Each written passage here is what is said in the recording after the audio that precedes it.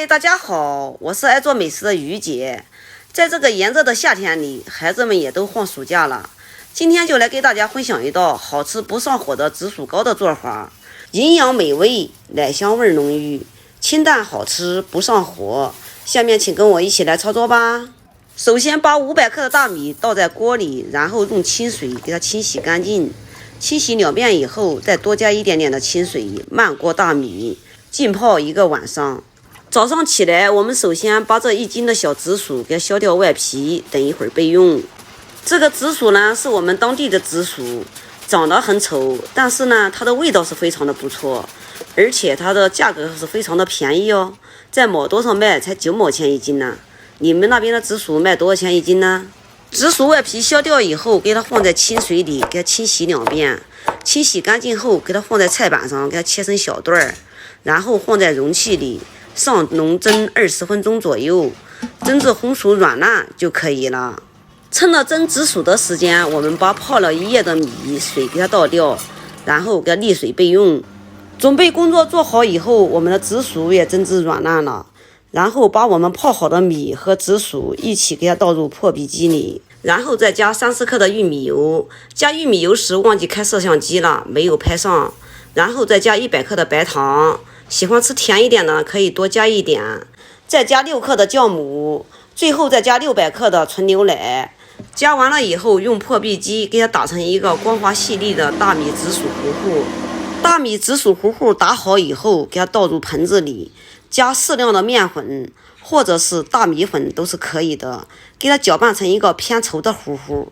看到这里，大家可能又要说了，于姐你真笨，少加点牛奶，糊糊不就稠了吗？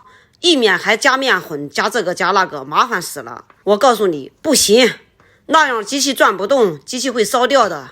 假如说光打大米糊糊，可以把米糊打得更稠一点，但是里面加了紫薯，特别的粘稠，打的时候特别的费劲，那样会伤机子的。因为不加面粉呢，这个糊糊太稀，蒸出来的花糕呢，粘手粘牙不爽口。面糊搅拌好以后，整理一下，盖住盖子，醒花至2倍大。趁到洗面的时间，我们把这个模具给它用水煮一下，消毒。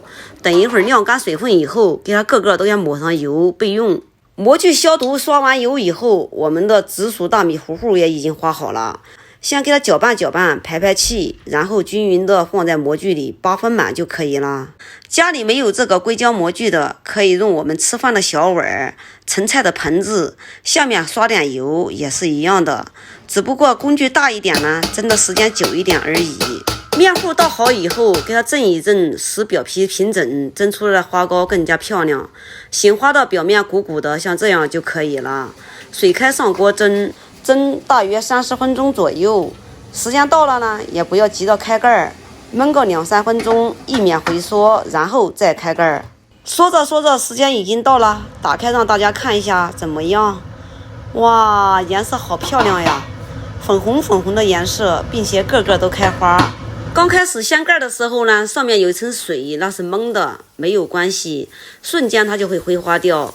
我再来打开一个让大家看一下，里面的蜂窝组织是非常的丰富，蓬松暄软，还香甜，夏天吃起来还一点都不会上火。有空你也试试吧。好啦，今天的视频就给大家分享到这里吧，我是于姐。